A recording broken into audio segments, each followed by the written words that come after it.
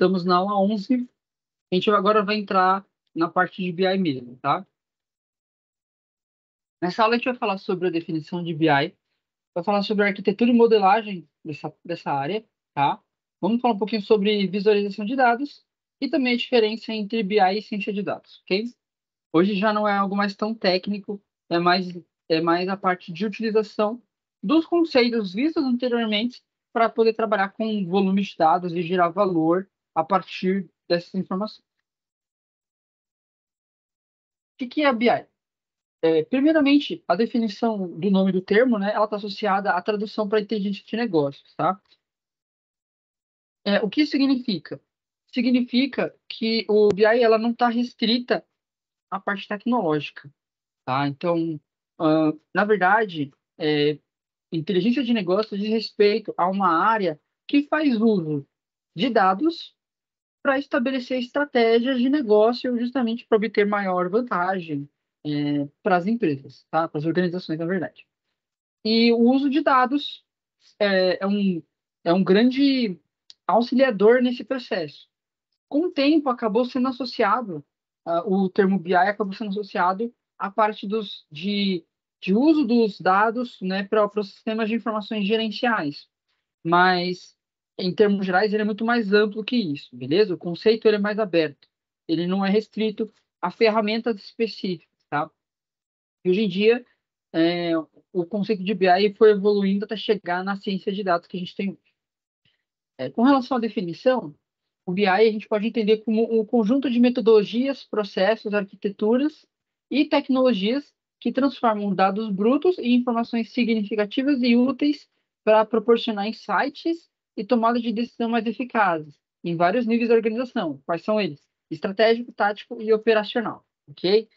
Além disso, a gente pode resumir de uma forma mais enxuta e considerar que o BI consiste em entregar a informação certa para a pessoa certa, no formato, local e momento certo, ok? Então, o BI tem que ter a agilidade para saber como entregar no momento adequado e qual é a informação adequada que está sendo solicitada justamente para os tomadores de decisão avaliar uma estratégia, tomar alguma decisão com base em um cenário de negócio e para que isso dê suporte a essa decisão, a essa avaliação que ele vai fazer, beleza?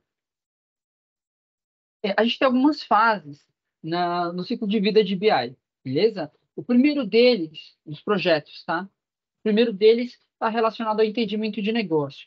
É importante que os profissionais dessa área entendam que o foco deles é resolver problemas de negócio. Não é usar a ferramenta A, usar a ferramenta B, fazer machine learning, usar isso, aquilo, não vai usar Python, vai usar... Não interessa, o objetivo não é esse. O objetivo é resolver problemas de negócio.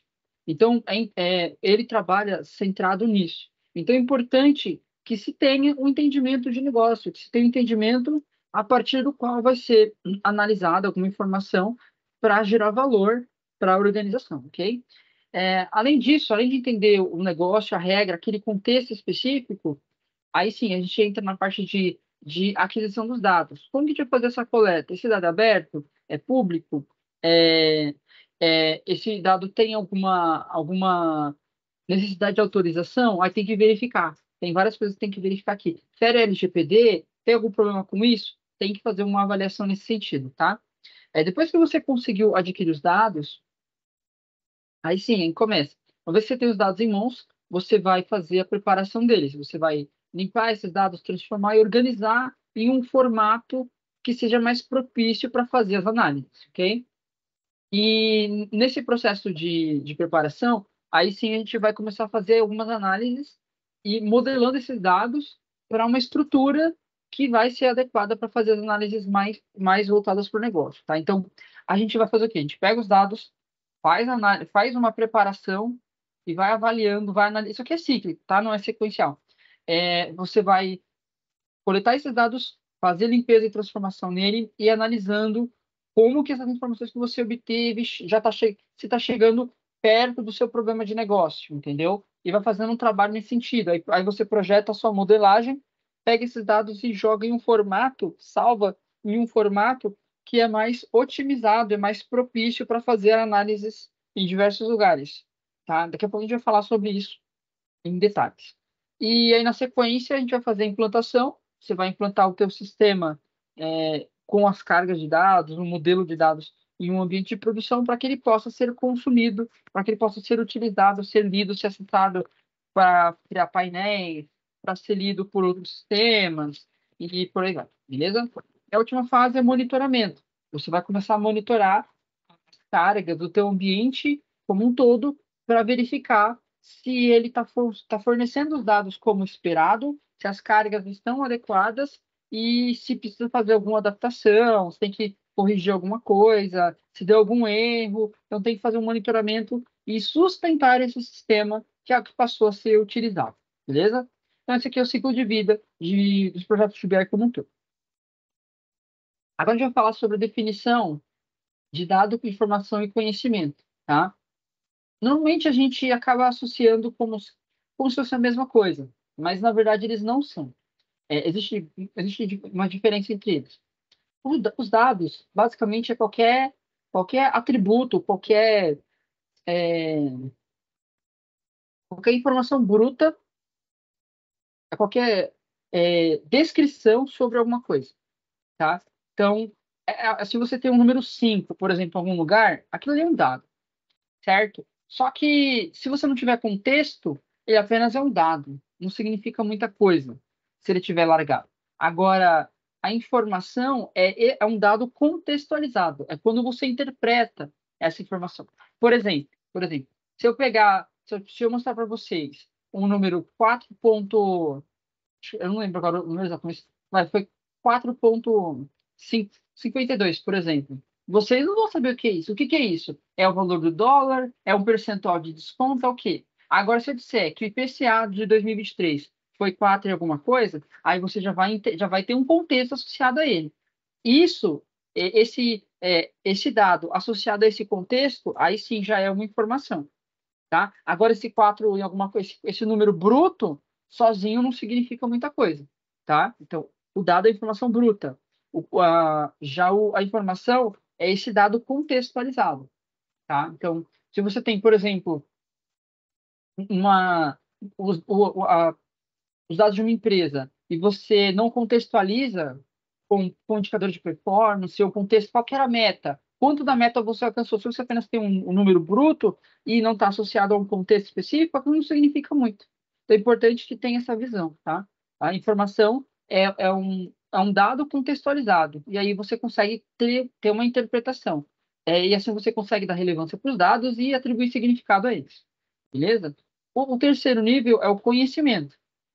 O conhecimento ele vem não apenas desse contexto específico, mas do cruzamento desses dados com outras variáveis, então com outras informações. E aí sim você começa a estabelecer uma rede de informações e isso vira conhecimento. Então, se você associar, por exemplo, a taxa de inflação com dados de economia do PIB, por exemplo, e outras informações relacionadas à economia do país, aí você já consegue criar uma rede de conhecimento que vai ser um panorama, por exemplo, macroeconômico da economia do país, por exemplo, tá? Ou do mundo inteiro associado a outros países, tá? Então, você já começa a ampliar o escopo, beleza? E o último nível é a sabedoria. A gente fala que é o resultado que você alcança a partir da análise e da formulação de hipóteses. Então, quando você junta tudo isso, começa a identificar análises mais específicas para você ter insights, aí você chegou nessa última camada mais sofisticada, que é o que a gente chama de sabedoria.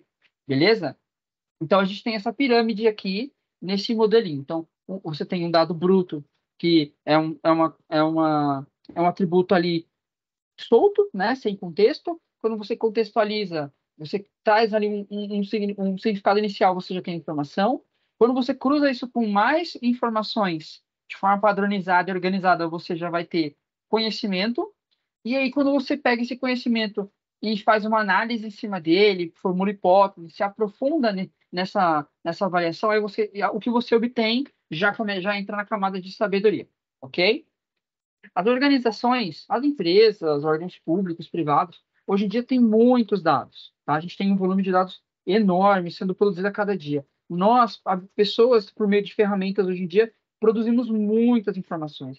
Então, a gente tem uma mina de ouro aí disponível na internet, né, é o que a gente chama de Big Data, e você consegue extrair muitas coisas valiosas no meio de tanta coisa aí que tem disponível para se processar, para se analisar, ok?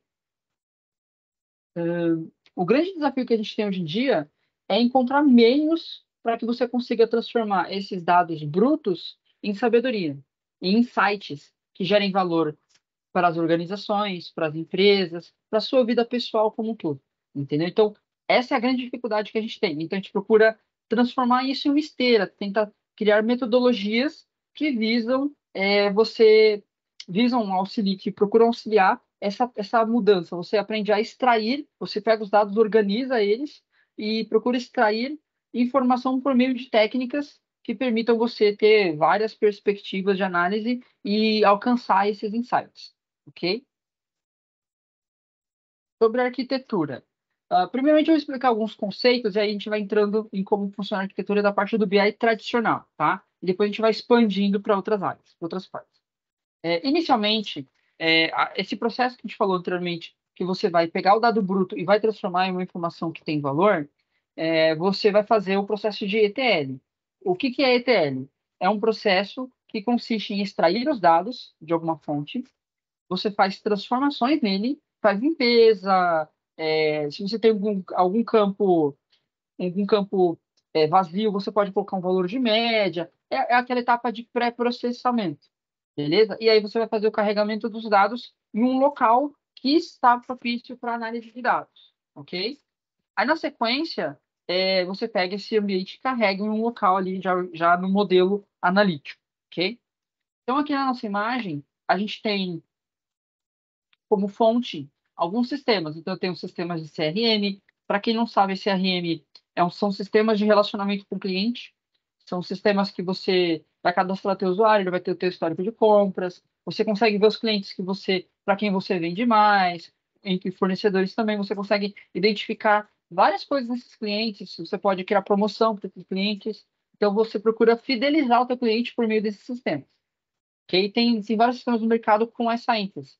Tá? Tem Microsoft Dynamics, tem Oracle Siebel, tem várias opções hoje em dia. Salesforce também é um sistema muito conhecido de CRM, beleza? E aí você também tem os RPs, que são sistemas que gerenciam a empresa como um todo, são aqueles sistemas SAP e outros que você coloca na empresa e ela vai gerenciar vários setores da empresa, vários departamentos, tá? Além disso, também, você tem dados binários, né? São os lobbies, então você vai ter informação de diversas fontes, tá? Tem planilhas, tem dados da Receita Federal, dados públicos disponíveis na internet, e por aí você vai buscar informação em diversos lugares, vai fazer transformações, você pode criar cálculos, você faz mapeamento, você vai fazendo depara, você faz limpeza, tira duplicidade, normaliza os dados, faz vários tipos de tratamento e carrega em um ambiente que tá otimizado para fazer análises. Então, você sai da estrutura que as suas fontes vão ter e transforma esse dado em um modelo que está propício para a análise que você quer, com base nos seus objetivos de negócio, com base no que você definiu como foco de análise. Ok?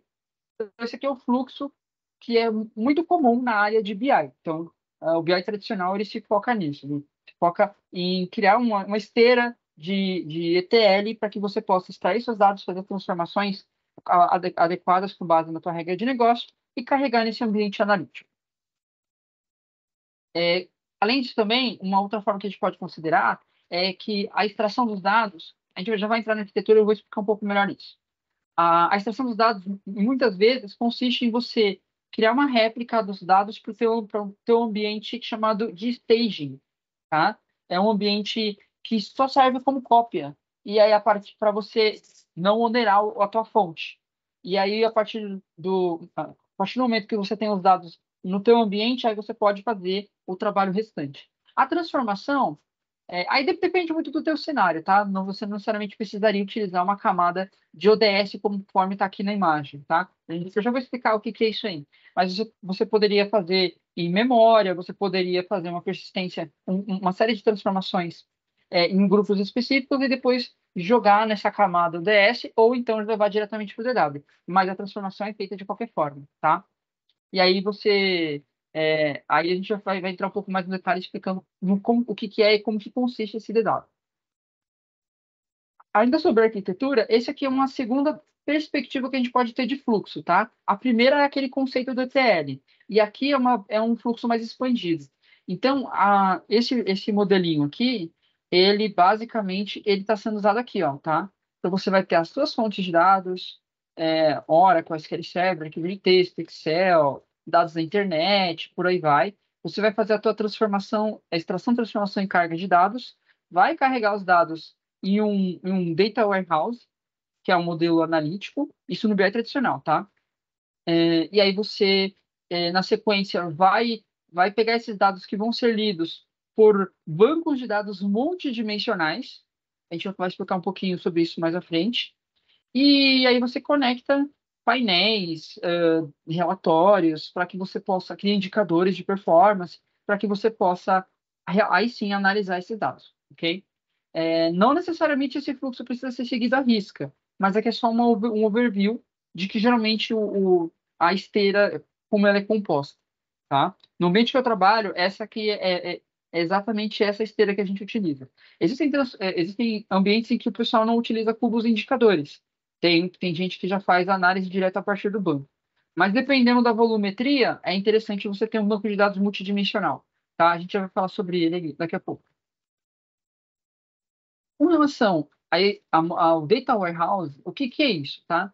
Data Warehouse é um grande depósito de dados. Warehouse vem do inglês armazém. Data vem de dados. Então, o Data Warehouse é um ambiente que vai servir como um depósito, como se fosse um grande silo, em que você vai ficar jogando informação lá, para que você possa ter toda uma série histórica do que você quer analisar, beleza? E aí o Data Warehouse ele é dividido é, em data marts, beleza? Então a gente tem quando a gente tem um ambiente analítico, um conjunto de vários data marts, a gente tem um data warehouse. O data mart é como se fosse é, um conjunto de tabelas que cuida de um departamento específico, tá? Então, por exemplo, considerando essa imagem aqui, imagine que eu tenho aqui o data mart de vendas, aqui eu tenho do RH, de compras, do financeiro, e do estoque, por exemplo. Tá? Então, eu posso ter setores e que vão cuidar de departamentos específicos e eu vou ter dados, vou ter uma estrutura de dados que vão estar otimizadas para análise, e cada uma dessas estruturas vai focar em um setor específico, tá? Então, eu tenho data marts, nesse caso. E quando eu olho para todos esses armazéns de dados setoriais de forma unificada, eu olho para ele olhando como se fosse uma caixa preta, eu chamo esse ambiente de data warehouse, ok? Então, data warehouse é um grande depósito de dados, e aí dentro dele eu vou ter data marts, que vão ser armazéns de dados, mini armazéns de dados, só que eles vão ser setoriais. E eu vou ter o armazém grandão que vai ter tudo lá dentro, beleza? Então, o Data Mart, ele é uma estrutura de dados, é um mini DW setorial, e o DW é a composição de todo o restante, ok? Nessa imagem aqui, a gente fala um pouquinho sobre o que que existe ali na esteira, né, do ambiente de BI. A gente tem dois grandes grupos aqui que vale a pena ressaltar. O primeiro, a gente tem o front-end de dados e a gente tem o back-end de dados, tá? Então, a gente tem três grandes grupos aqui, na verdade, né? Você tem os sistemas de origem, não faz parte do sistema, mas eles são importantes aqui para a nossa arquitetura, tá? Você tem os sistemas de origem aqui, e aí vão ser múltiplas, né? Excel, planilhas online do Google, por exemplo. Você vai ter outros sistemas com dados, outras bases de dados, arquivos de texto, arquivos CSV, uma série de coisas, tá? Aí na sequência você vai ter no seu back-end, você vai ter processos de ETL que vão extrair, vão fazer limpeza, vão fazer várias coisas aqui dentro, ok? Você vai fazer vários controles sobre isso aqui depois, também, tá? E na sequência, você vai jogar esses dados em um banco de dados analítico, tá? E na sequência, você vai ter a sua camada de front-end que vai se conectar nesses grandes armazéns de dados para fazer várias análises que eles querem, tá? Então, você pode criar relatórios, você pode criar planilhas, dashboards, você pode aplicar algoritmos de machine learning e por aí vai, tá? Então, essa é a grande divisão aqui. A gente tem o front-end de dados e o back-end de dados. Lembrando que as fontes vão ser a base para a construção de tudo isso aqui, ok? Agora a gente vai entrar na arquitetura. Essa aqui é uma arquitetura comum em ambientes de BI tradicional, ok? Vamos lá, o que que essa arquitetura? Ela é dividida em três partes. Essa aqui está relacionada com o back-end de dados, tá? A gente tem primeiramente a camada staging, é uma camada intermediária. A staging area, ela consiste, ou stage, né, a STG, ela consiste em uma cópia de dados da tua fonte. Então, pode ser um sistema transacional, pode ser planilhas, pode ser uma série de coisas, tá?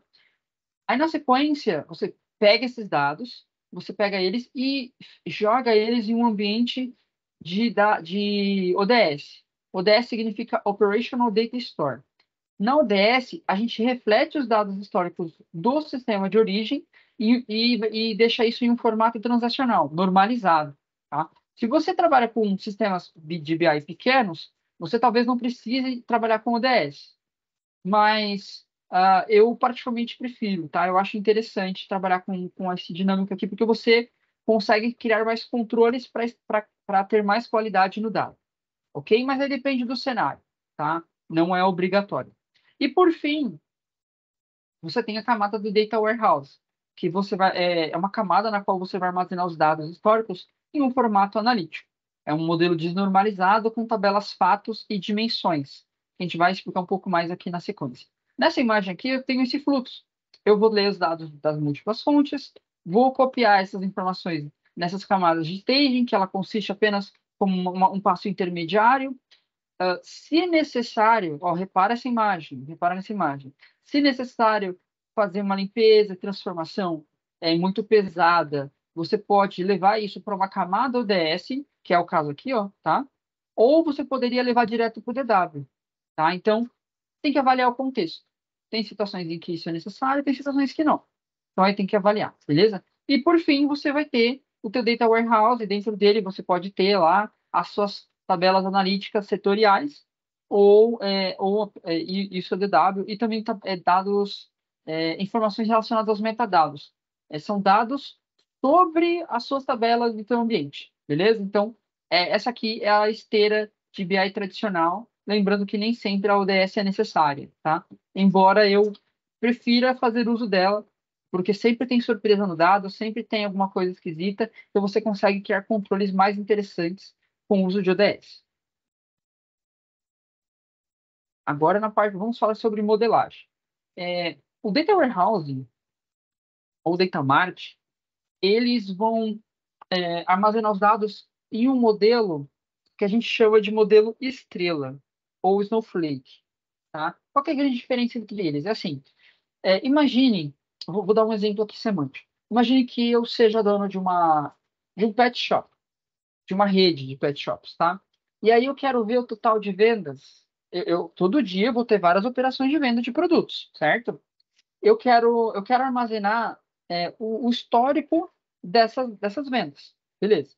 E aí eu quero aproveitar e ver as vendas por dia, por cliente, por pedido, por produto que foi vendido, por funcionário, por loja. Eu quero ver todas essas informações. Eu quero saber que loja que eu estou vendendo mais, qual produto que vende mais, que época do ano que vende mais, entendeu? Então, eu quero ter múltiplas perspectivas de análise. O que que eu vou fazer? Eu vou pegar os meus dados lá da minha fonte de origem, vou fazer limpezas e transformações para carregar o meu ambiente analítico. E aí, esse ambiente, ele pode ter duas abordagens de modelagem. A gente tem a primeira aqui da esquerda, que é o modelo estrela. Ele recebe esse nome estrela por conta do formato, tá? O modelo estrela, ele consiste em você colocar em uma tabela fato. Fato vem de um fato histórico, tá? Então, todos os meus eventos de compra, eu vou jogar nessa tabela, certo? E aí eu vou colocar ao redor dos meus eventos de compra tabelas que vão categorizar essas compras. Então, o que que vai acontecer? Toda vez que eu faço uma compra, eu faço uma compra, por exemplo, no caso, como usuário foi a compra, mas como organização é uma venda.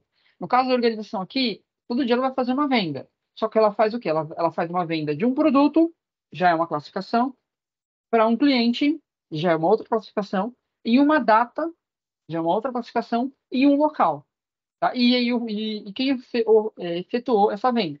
Então, eu consigo classificar essas informações por várias perspectivas.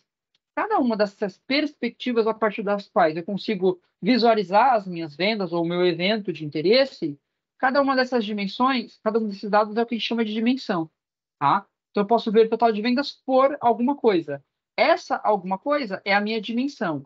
E o que eu quero ver no meu evento, o meu total de alguma coisa, que no meu caso é vendas, é o meu fato histórico. É o meu evento a ser analisado. Beleza? E aí, você, no centro, nesse modelo aqui, você vai ter o teu histórico de vendas, e aqui você vai ter tabelas categorizando essas vendas. Beleza? Então, esse é o modelo estrela. Você tem o teu histórico no meio, você tem uma tabela no meio, e ao redor dela, você tem tabelas de categorização dessas vendas, tá? Esse aqui é o modelo estrela. Ele recebe esse nome por conta desse formato. Você tem a tua venda e cada pontinha seria uma dimensão vinculada a ela, ok? O segundo modelo é conhecido como Snowflake. Ele recebe o nome Snowflake porque se assemelha a a um floco de neve. Ó, repara aqui, ó. Aqui eu tenho a mesma dinâmica, só que assim, em vez de eu ter uma tabela por exemplo, aqui, na tabela date, eu vou ter todos os dias, meses, semestres, eu vou ter tudo desnormalizado em uma única tabela. Já no modelo Snowflake, eu vou ter uma tabela de dia, uma tabela de mês, uma tabela de ano, uma tabela de semana, e eu vou quebrando a informação, deixar ela normalizada. Enquanto que no modelo estrela, elas ficam desnormalizadas. Eu pego todos esses dados e jogo em um tabelão. Perdão. O mesmo vale para as outras dimensões. Ó. A dimensão geografia, no modelo estrela, ela é quebrada em uma dimensão de cidade, estado, país, continente, por aí vai, entendeu? Já a de employee, de funcionário, aqui eu estou quebrando em funcionário e departamento. E a de item, eu estou quebrando em item e grupos de item, categorias e tudo mais. E o cliente, eu estou quebrando ela em cliente e tipo de cliente. Então, o que acontece? A grande diferença entre o modelo Estrela e o modelo Floco de Neve é que no Estrela, as minhas tabelas de categorização, eu deixo os dados tudo juntos. Enquanto que no modelo Floco de Neve, eu deixo ela normalizada, eu deixo a informação quebrada, tá? Deixo ela separada. Aí vocês vão perguntar qual que é a diferença de uso de uma coisa para outra. É o seguinte, no modelo estrela, você vai ter um problema de armazenamento, porque você não está utilizando as melhores formas de normalização dos dados. Você vai ter todos os dias, em meses e anos, você vai ter aquela informação sendo repetida. Porém, você ganha do fato de que a informação já está cruzada, já está relacionada. Quando eu trabalho com o modelo estrela aqui, eu vou ter que pegar o dia para pegar o ano, eu vou ter que cruzar a tabela de vendas com a tabela de dia e a tabela de ano. Então, eu estou fazendo dois joins aqui. Nessa aqui, eu faço um único join. E quando eu vou processar um grande volume histórico de informação, esse modelo estrela, apesar de ele ocupar um pouco mais de espaço, ele ganha na performance. Entendeu? Porque eu vou cruzar vários dados de vários lugares com o meu histórico. Eu vou ter um histórico muito longo. Então, quando eu tenho poucas tabelas para relacionar, eu tenho um ganho de performance. Já no modelo Snowflake, eu vou ter um grande volume de dados na minha tabela de vendas e eu vou ter que ficar cruzando esse dado com outras tabelas para buscar informação, enquanto que aqui já tem tudo de uma vez. Nesse caso, vale a pena você perder um pouco de espaço de armazenamento porque não está normalizado, não vai ter informação repetida nessas tabelas, mas em compensação, no cruzamento de dados você ganha muito em performance. E como esses ambientes são analíticos, o foco deles é a leitura de informação, então vale mais a pena você utilizar esse modelo. Tá? Existem discussões sobre qual modelo é mais adequado, em qual cenário, mas o modelo estelar é mais tradicional. Ok? Na próxima tela eu tenho um exemplo de como que fica essa divisão. Tá? Então, na primeira imagem aqui à esquerda, eu tenho a minha tabela de vendas, e aí eu tenho a minha tabela de loja, produto e a tabela de data. Então, ó, eu tenho um modelo desnormalizado. O que que é o modelo desnormalizado? É o modelo em que fica tudo como tabelão. Tá? Aqui ó, eu tenho o dia, o mês, o ano. No modelo normalizado, eu tenho o dia, eu tenho o mês em uma outra tabela, eu tenho o dia da semana, eu tenho a informação toda quebrada. Se eu quiser ver uma informação total de vendas por dia da semana, eu vou ter que pegar essa tabela, cruzar com essa e cruzar com essa. Aí imagina que eu queira ver por dia da semana e mês. Essa tabela vai cruzar com essa e com essa. Aqui eu pego essa tabela e só cruzo com essa. Então, olha só o ganho que você vai ter. Você ganha nos cruzamentos, entendeu? Você faz menos cruzamento de informação e aí você ganha na performance, tá? Então, essa é uma vantagem aí do modelo estrela, ok? Agora a gente vai falar sobre os tipos de tabelas que existem no ambiente de BI. A gente tem, eu já falei conceitualmente, mas a gente vai agora descrever para que vocês consigam ter um pouco mais de propriedade. A tabela fato, ela vai armazenar o histórico de um processo de negócio que você quer analisar. Por isso chama de fato. É um fato histórico, beleza? E aí, exemplos de fato, de tabelas fato, é um fato de vendas, de entregas, de acidentes, de pedidos, de ligações. Todo evento que ocorre ao longo do tempo, ele pode ser historificado e armazenado em uma tabela fato, beleza? E a dimensão é a tabela que vai categorizar o evento que você quer ver. Ela vai trazer informações adicionais sobre aquele evento. Então, sempre que tem um evento, o evento aconteceu em um local, em um lugar, em uma hora, entendeu? A gente pode usar aqueles famosos double H questions para conseguir identificar quais são ali essas dimensões. Então, a gente tem o quê? Tem quem, onde, quando, entendeu? Até mesmo o porquê, dependendo do teu cenário, tá? E a gente usa as dimensões para descrever exatamente isso. O que aconteceu, quando, onde, quem, como, para qualquer processo de negócio. Beleza? E aí, exemplos de dimensões que a gente pode ter. Dimensão de tempo, que seria a data, de cliente, de região, produto, canal e por aí vai. Beleza? Agora, os tipos de colunas.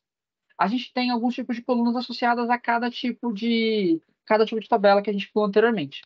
Eu joguei aqui num tabelão para facilitar o entendimento, beleza? Então a gente tem colunas que são mais comuns em tabelas fato e colunas que são mais comuns em dimensões. Vamos falar primeiro da fato. A fato, ela pode ter uma chave primária, chave estrangeira e pode ter colunas de medidas e colunas de metadados, tá? A chave primária, ela vai determinar a exclusividade da tabela. Não é obrigatório, tá? Mas existem cenários em que é criado para isso. As chaves estrangeiras vão ser colunas que vão fazer referência às minhas dimensões. Beleza? Eu não vou armazenar o dado de quem fez aquela compra, eu só vou ter o ID do cliente, tá? E aí eu vou ter as minhas medidas, o total, eu vou ter a quantidade vendida, ou o valor lá, o total da compra, entendeu? Então são as minhas medidas. E eu vou ter colunas de metadados, que vão ser colunas que vão rastrear linhagem de dados, ou seja, vão ter a data de inclusão, o ID da carga, data de atualização, às vezes, se precisar. Então você vai ter controles adicionais para saber ali como que aquela informação foi gerada, tá? São metadados, são dados sobre os dados, ok? E nas dimensões, a gente tem a chave substituta, que é uma coluna que seria equivalente à chave primária no ambiente transacional. Você tem a chave alternativa, que vai identificar o, um membro de uma dimensão de forma lá no teu sistema transacional, tá? A chave alternativa seria a chave de negócio lá da tua origem. Aí quando chega no DW, você troca essa chave e cria uma outra. Por que isso? Porque se você tem, por exemplo, dados de múltiplas bases, aí o teu ID de usuário um no sistema é uma pessoa, no outro sistema esse ID um é outra pessoa. Então o que que você faz? Você cria um ID de alto incremento que vai representar todo mundo junto e você mantém esse cara internamente na tabela, mas ele não pode ser chave, porque em uma fonte esse ID representa uma coisa, em outra fonte esse mesmo ID representa outra. Você não pode usar ele como chave, porque senão vai acabar misturando as origens, entendeu? Então você cria uma chave alternativa, uma chave substituta para não fazer uso dessa, porque você está juntando dados de múltiplas fontes, você cria um novo ID para representar todo mundo, em vez de você trabalhar com o que tinha anteriormente. Beleza? O que mais aqui? A gente vai ter os atributos, que são colunas que podem ser usadas como filtros, cabeçalhos, são outras informações complementares lá, né? Da sua dimensão. Por exemplo, uma dimensão de cidade, de geografia, teria cidade, país, o estado, até CEP, dependendo da tua dimensão, tá? Então você vai ter vários dados geográficos ali, de cliente, vários dados sobre cliente, e por aí vai, beleza? E você vai ter também colunas de metadados para você fazer esse rastreamento de carga, quando que entrou a informação na tabela, qual foi o ID da carga que carregou esse dado, e por aí vai, beleza? Próximo item. Enterprise, matriz de negócios empresarial. O que que é isso? É uma tabela que a gente cria para relacionar os relacionamentos para o que para dizer o que conversa com o que, tá? Ela permite identificar como as fatos e dimensões se relacionam entre si. O que que vai acontecer aqui? Aqui tem um exemplo. Eu tenho nessa coluna eu tenho as minhas fatos. Eu tenho uma fato de vendas, de compra de fornecedor, de processamento de pedidos e movimento de estoque. E aí eu posso ver essas informações por algumas dimensões, mas não. Às vezes você consegue ver por todo mundo, às vezes não. Olha só, eu consigo ver as minhas vendas por data, por cliente, por cidade e por estoque. Eu não consigo ver por fornecedor. Nesse cenário hipotético, tá? Existem cenários em que isso pode ser possível. Aí vai depender do contexto. Já a compra, eu consigo ver por data, por cidade, por fornecedor e por estoque. Eu não consigo ver por cliente. O processamento de pedidos, eu não consigo ver por fornecedor. Já o movimento de estoque, eu consigo ver por todo mundo. Então, você vai criar, com base no teu modelo de negócio, quais são os eventos históricos que você quer analisar e quais são as dimensões que você consegue cruzar. A partir disso, você consegue modelar o teu data warehouse, que é o seu ambiente lá, estrela, né? Cada uma dessas fatos aqui cada uma desses itens aqui vai virar uma tabela fato, vão usar dimensões, às vezes compartilhadas ou não, e aí esse ambiente aqui já pode ser um data mart, já vai ser um ambiente, já vai ser um setor específico da empresa. Quando você junta vários setores, aí forma o DW, beleza? Acho que aqui é a mesma coisa, só repetir, eu vou depois trocar lá. Agora a gente vai falar sobre tipos de métrica. A gente tem nas tabelas fatos algumas métricas, a gente já falou anteriormente. Existem alguns tipos de métricas que vale a pena ter em mente. A primeira delas são as métricas aditivas.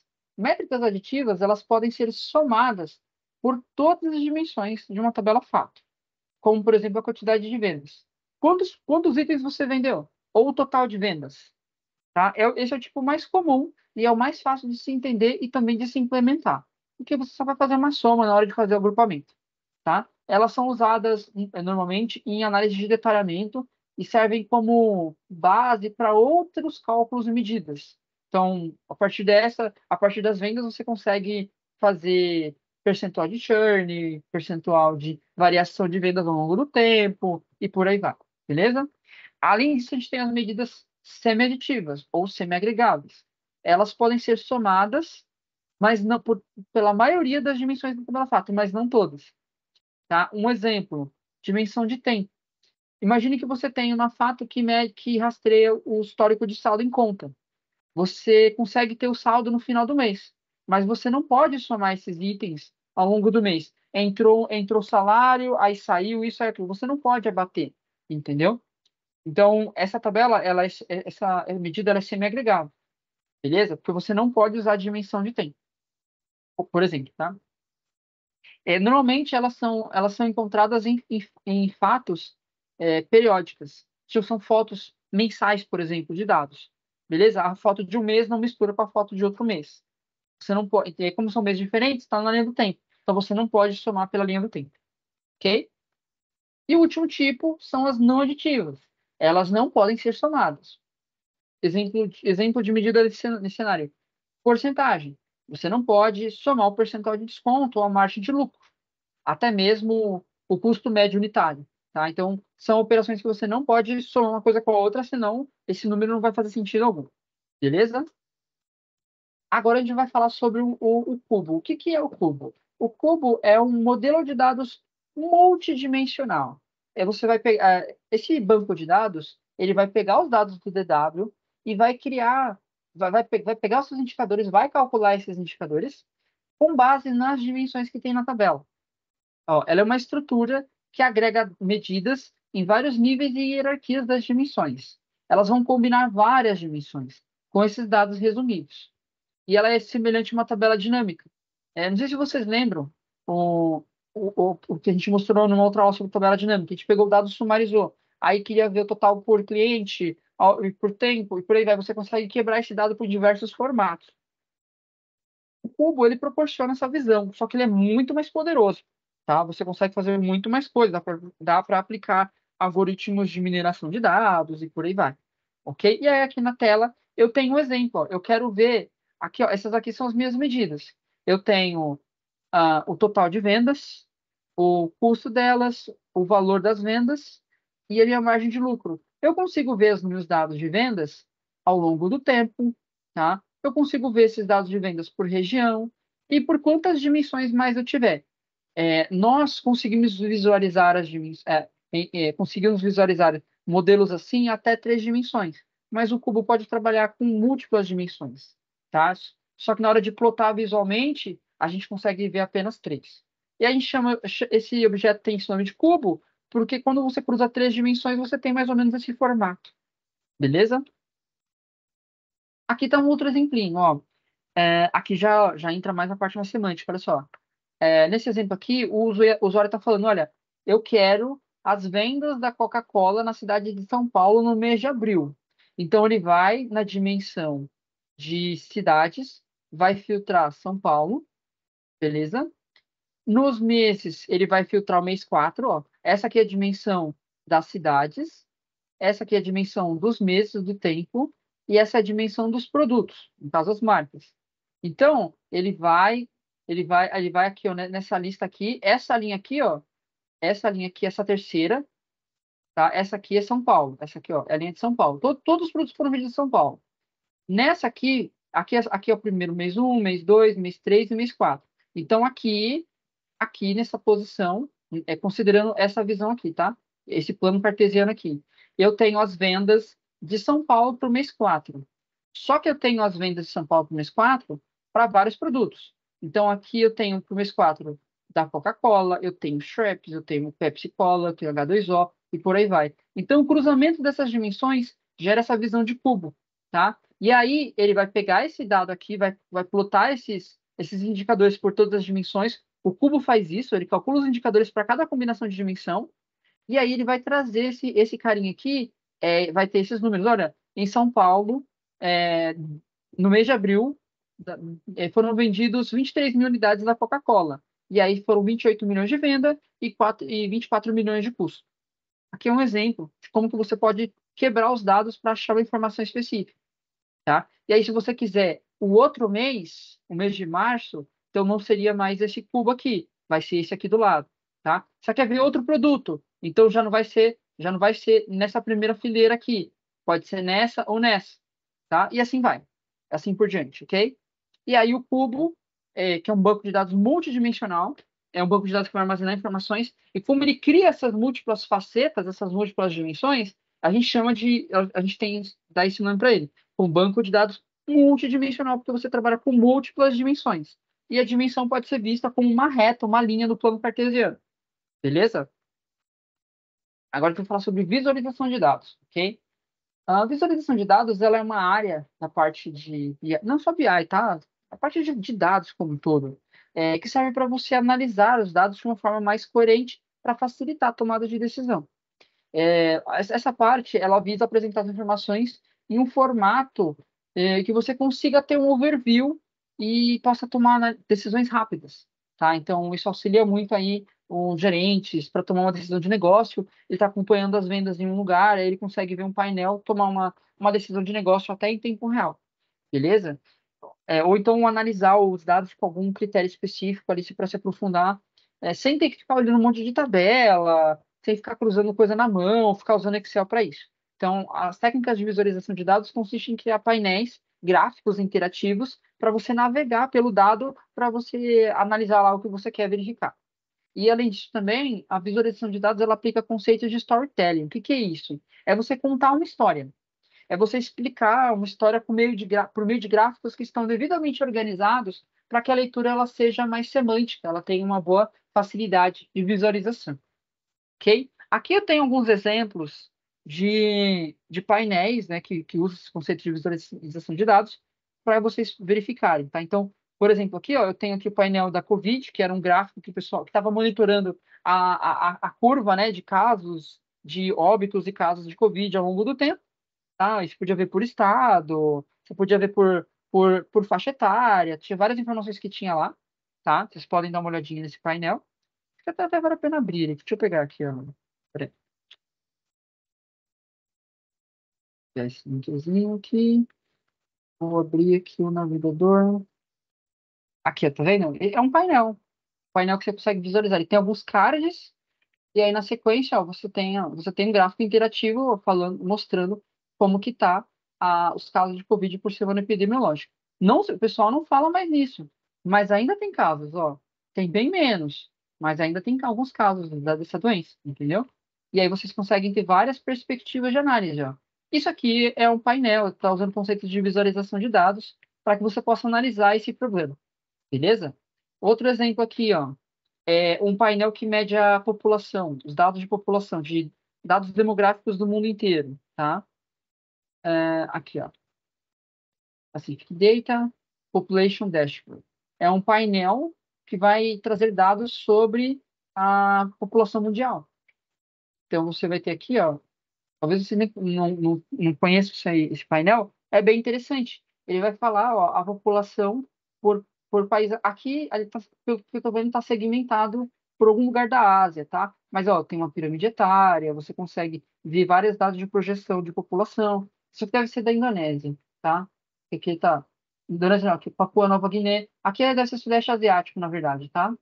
Então, vocês conseguem verificar um monte de coisa, consegue aplicar filtros, ó, ao longo do tempo, você consegue clicar em vários lugares aqui do gráfico e analisar melhor ali o que está acontecendo, beleza? Consegue clicar aqui, ó, ver pirâmide etária, consegue fazer vários tipos de análise, tá? Tá bom?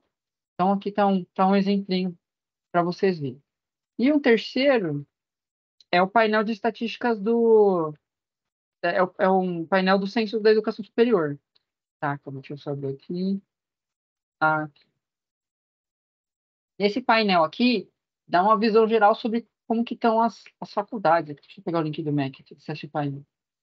Nesse painel aqui, ele dá um panorama. Quantos alunos estão no ensino superior, quais os cursos, os indicadores de trajetória, os concluintes ao longo do tempo. Então, você tem vários tipos de perspectivas de gráficos aqui, ó, que vocês podem navegar pelo painel para entender melhor, ó, como que funciona essas coisas, beleza? Tem dados de evasão, tem dados de distribuição de rede de ensino, quantidade de cursos, número de vagas e por aí vai. Beleza? Se eu não me engano, nesse painel aqui mostra que em 2022 teve os cursos EAD superaram o número de matrículas de cursos presenciais. Tá? Então, você consegue ter várias perspectivas de análise por meio de técnicas de visualização de dados.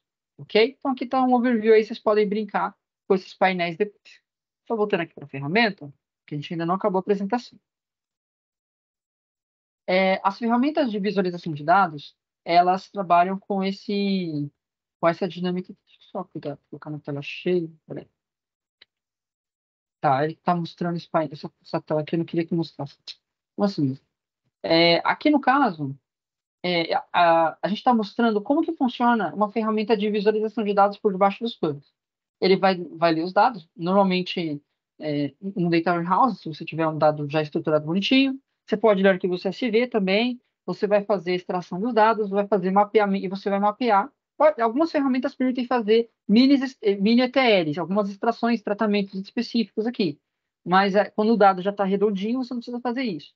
E aí você vai fazer um mapeamento dos campos que você está lendo lá na tua origem, para cada campo do gráfico, para cada conteúdo dos gráficos aqui nas visualizações que você está construindo, ok? Então, sem muitos segredos, tá? Vocês podem dar uma olhada nessas ferramentas de visualização para entender melhor como que funciona. Aqui na tela eu tenho um gráfico que mostra o quadrante Gartner sobre as ferramentas de DataVis, tá? O que acontece aqui? Primeiramente, o que é o Gartner? O Gartner é uma consultoria, é uma empresa para serviços de consultoria de tecnologia. E eles avaliam várias ferramentas em vários setores e verificam como que essas ferramentas estão evoluindo e colocar em posições de mercado. Então, aqui a gente tem alguns grupos, tá? Eu tenho dois eixos aqui, ó. Essa aqui é a facilidade de executar e essa aqui é a capacidade de visão, tá? Então, essas ferramentas desse quadrante aqui são as ferramentas visionárias. essas aqui são as líderes de mercado. Essas aqui são as que podem ser, têm potencial futuro, e essas aqui estão começando ainda, tá? Nesse caso, a gente consegue verificar que as ferramentas mais avançadas, ó, são da Microsoft, Salesforce e Qlik. No caso, na parte de Data Visualization, o líder aqui é o Power BI, tá? Da Microsoft. Em segundo, vem o Tableau, que é da Salesforce. E em terceiro, vem o Qlik. Tá? Então, essa é a distribuição da capacidade das ferramentas aí no mercado, beleza? Aí, todo ano, a Gartner atualiza esse tipo de quadrante aqui para vários tipos de ferramentas. Para ferramentas de visualização, para ferramentas de ETL, para serviços de nuvem, para data science, uma série de coisas. Virtualização, por aí vai, beleza? É legal isso aqui para vocês terem uma noção sobre que ferramenta vocês querem focar. É interessante focar em ferramentas que estão em alta, por exemplo, tá? Ou alguma outra ferramenta que tem um potencial de crescimento futuro, beleza? Agora a gente vai para a última parte. Vamos falar sobre BI e ciência de dados. Vocês já sabem que com o advento aí da internet e com a popularização de smartphones, de computadores, da rede como um todo, o volume de dados que é gerado hoje em dia é absurdo, né? É enorme. Então, olha só, eu peguei esse overview aqui, né? Que fala sobre o que acontece a cada minuto na internet no ano de 2023. Ó, a cada minuto, a gente tem, em média, 22 mil visitas ao chat GPT, 3 milhões de fotos tiradas, 2 milhões de buscas no Google, 700 mil horas de vídeos assistidas no YouTube. Não vou passar por tudo, mas, cara, se você olhar, esses números são enormes, são gigantescos. Imagina o volume de dado que não é produzido com tudo isso. Olha isso, a cada minuto são enviados no mundo todo 240 milhões de e-mails. Gente, isso é muita coisa, entendeu? Então, imagina o tanto de informação que não é produzida pela humanidade. É gigante, né? São coisas assim é, de altíssimos níveis. E com base nisso, a gente tem um grande volume de dados que precisa ser trabalhado, analisado e processado. E o que acontece? O ambiente de BI, as técnicas de BI tradicional, que trabalham mais com sistemas com sistemas transacionais, com sistemas que têm ali formatadinho as colunas, o tipo de dado tudo mais bonitinho, isso já não é mais suficiente para atender essa complexidade. Por exemplo, no Twitter, você tem várias mensagens lá pipocando e elas não estão no formato tabular. Elas estão em formato JSON, tem várias coisas. Tem outro, o YouTube trabalha com formato de vídeo, então você vai ter grandes volumes de dados sendo processados de várias formas. A gente acaba entrando naquela coisa dos Vs do Big Data. Volume, você tem um alto volume, você tem uma grande variedade e uma alta velocidade de informação. E aí, o ambiente do BI tradicional, ele não consegue mais, ele não dá conta mais de toda essa demanda. Por conta disso, foi evoluindo as ferramentas e técnicas para trabalhar com essa área, para que a gente conseguisse atender essa demanda. E aí a área que acabou contemplando isso é a ciência de dados. Hoje a ciência de dados ela acabou sendo quebrada. A gente vai falar um pouco mais sobre isso na próxima aula, mas ela quebrou.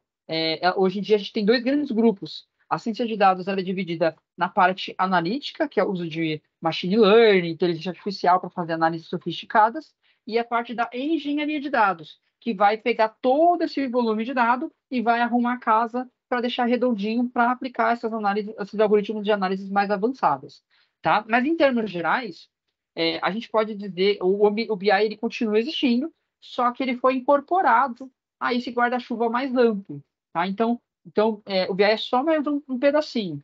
E continua sendo usado, tá? Só que agora a gente tem dois grandes grupos de informação. A gente tem o BI que cuida do passado, então ele vai fazer análises descritivas e diagnósticas. Ele vai dizer o que aconteceu e por que aconteceu. Vai ter dados que permitem dizer o teu passado, coisas sobre o seu passado.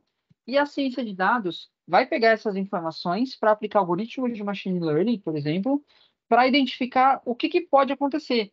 A partir do teu histórico de vendas, você pode criar um forecast, uma previsão de vendas, entendeu? Outra opção é o que deve ser feito. Essa é uma análise um pouco mais sofisticada. Então, você pode identificar, olha, está tendo esse problema aqui, com base nesse padrão dos dados, talvez seja interessante fazer isso ou aquilo. entendeu? Então você consegue ampliar a sua capacidade de análise, tá? E esse aqui é o boom, essa parte aqui é o que encanta aí a grande maioria, é o hype que tá da ciência de dados, que vai ficar por um bom tempo, beleza? Agora a gente tem um modelinho indicando os níveis de maturidade que a gente pode ter nos dados, tá? Inicialmente, você vai ter ali as descrições, a análise descritiva. A análise descritiva é soma, média, mínimo, máximo. São aqueles plots mais básicos que o Power BI fornece, por exemplo, tá? Agora, depois desse nível, a gente tem a parte diagnóstica. A parte diagnóstica consegue identificar por que aconteceu isso ou aquilo. Você consegue fazer isso por meio de inferência humana ou você consegue fazer por meio de algoritmos mais avançados, tá? Na sequência, você tem que esses dois eixos, né? O valor e a complexidade. Depois dessa análise diagnóstica, você tem a análise preditiva. A análise preditiva começa a fazer forecast, começa a fazer previsões futuras. Beleza? Ela é mais complexa, mas ela gera mais valor. Além disso, a gente tem a análise prescritiva. Então, você faz uma avaliação do que pode acontecer no futuro e o que pode ser feito para evitar um problema futuro.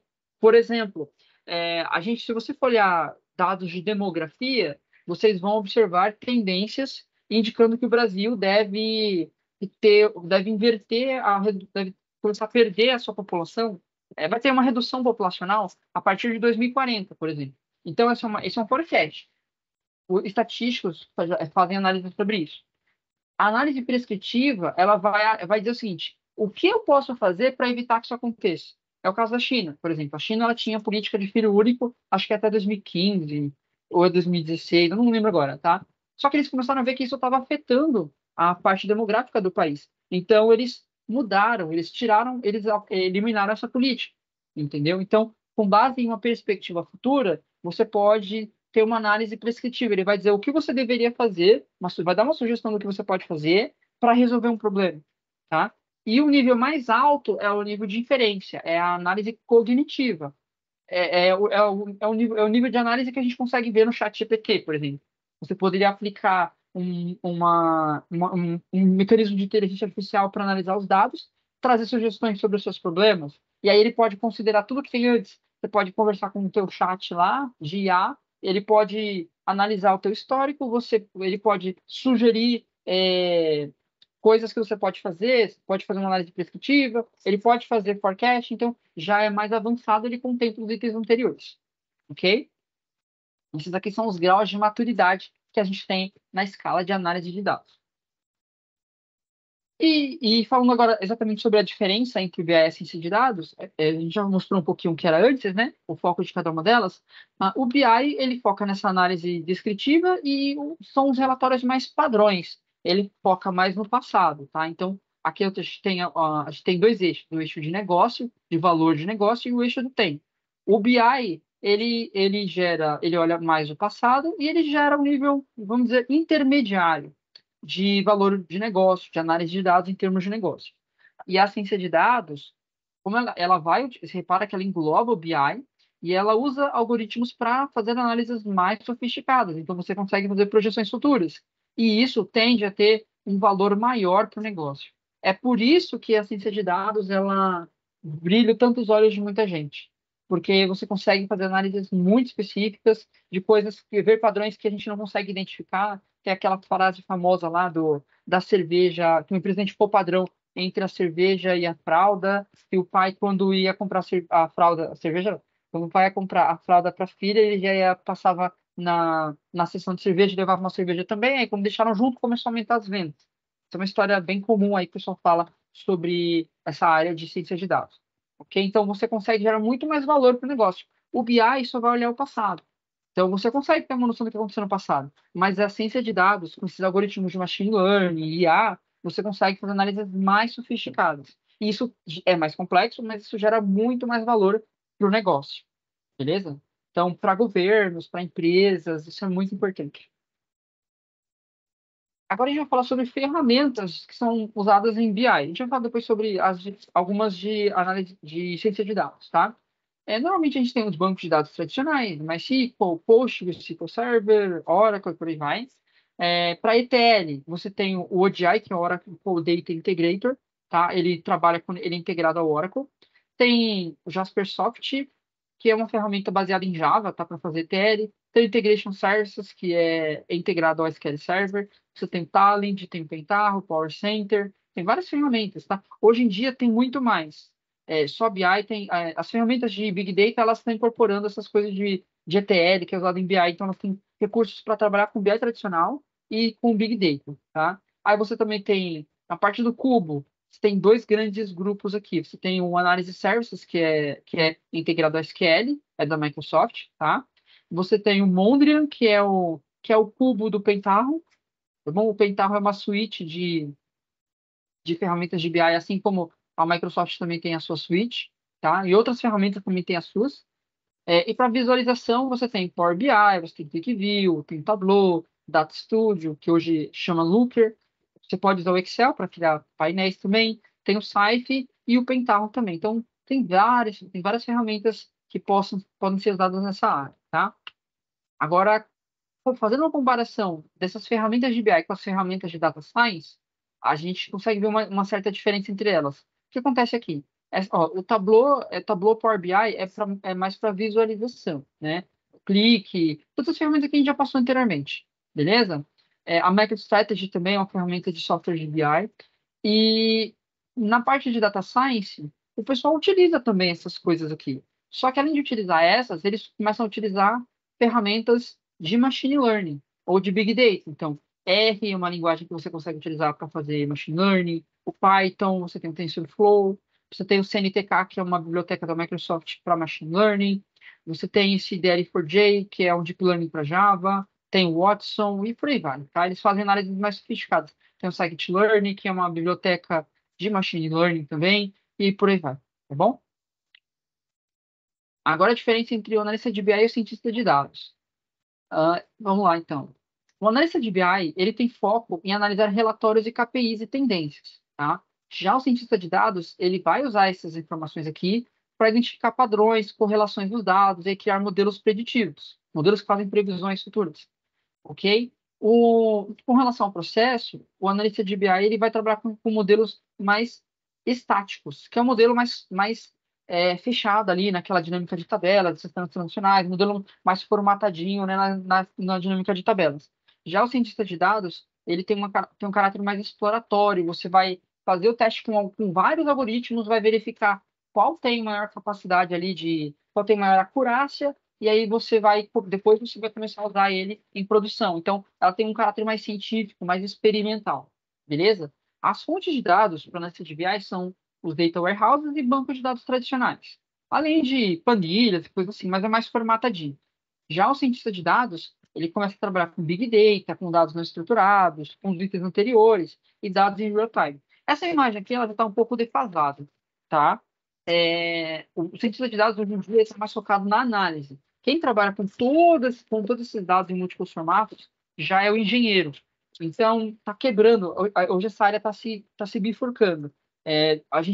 Antigamente tinha um cientista de dados. Só que grande parte do trabalho do cientista era fazer essa parte de limpeza, transformação, deixar o dado redondinho.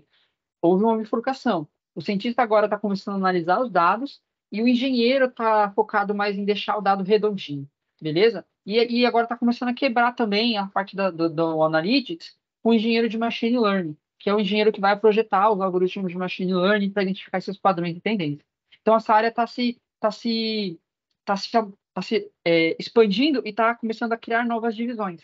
Na engenharia, você vai ter o engenheiro e o arquiteto de dados. O arquiteto vai projetar as bases e a arquitetura do sistema, e o engenheiro é o cara que vai montar as cargas, por exemplo, tá? E as transformações e tudo mais. Com relação à qualidade dos dados, você precisa ter uma boa qualidade dos dados na fonte, tá bom? Porque senão você vai ter muito trabalho para arrumar a casa e tudo mais. E aí isso acaba sendo um problema para a parte de BI se isso não tiver sido realizado na parte de ETL, tá? Já o cientista de dados vai trabalhar com qualquer tipo de informação, tá? Então, hoje em dia está sendo mais um engenheiro. Então, já não tem mais essas duas profissões. Agora é um analista de BI, o engenheiro de dados e o cientista de dados, tá? Essa imagem é um pouco antiga, mas ela é muito interessante aqui para que vocês tenham uma visão geral. Com relação ao modelo de dados, o BI vai trabalhar com modelos com um esquema mais rígido, mais definido, né? Que é o BI tradicional. E na parte de ciência e engenharia de dados, você vai trabalhar com vários tipos de esquemas, né? E muitos deles são definidos no momento de consulta. As transformações dos dados do analista é pouca e a do cientista já é maior, cientista de engenheiro. A análise do BI é descritiva, é mais voltada para o passado, e a do cientista e do engenheiro é mais voltada para o futuro. Tá? Então aí ele vai responder essa pergunta: o que aconteceu ou o que pode acontecer? Beleza? Aqui estão alguns materiais de aprofundamento, vocês podem depois assistir essas aulas. Eu fiz um compilado aqui para vocês se aprofundarem, tá bom? Tem bastante coisa aí para vocês olharem.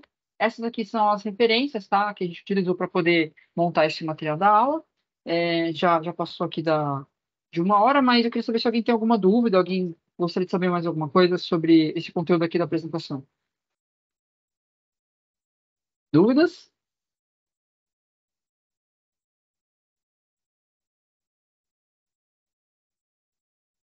Beleza. Eu vou terminar aqui a gravação, tá? Vou disponibilizar daqui a pouco esse material no YouTube, tá bom?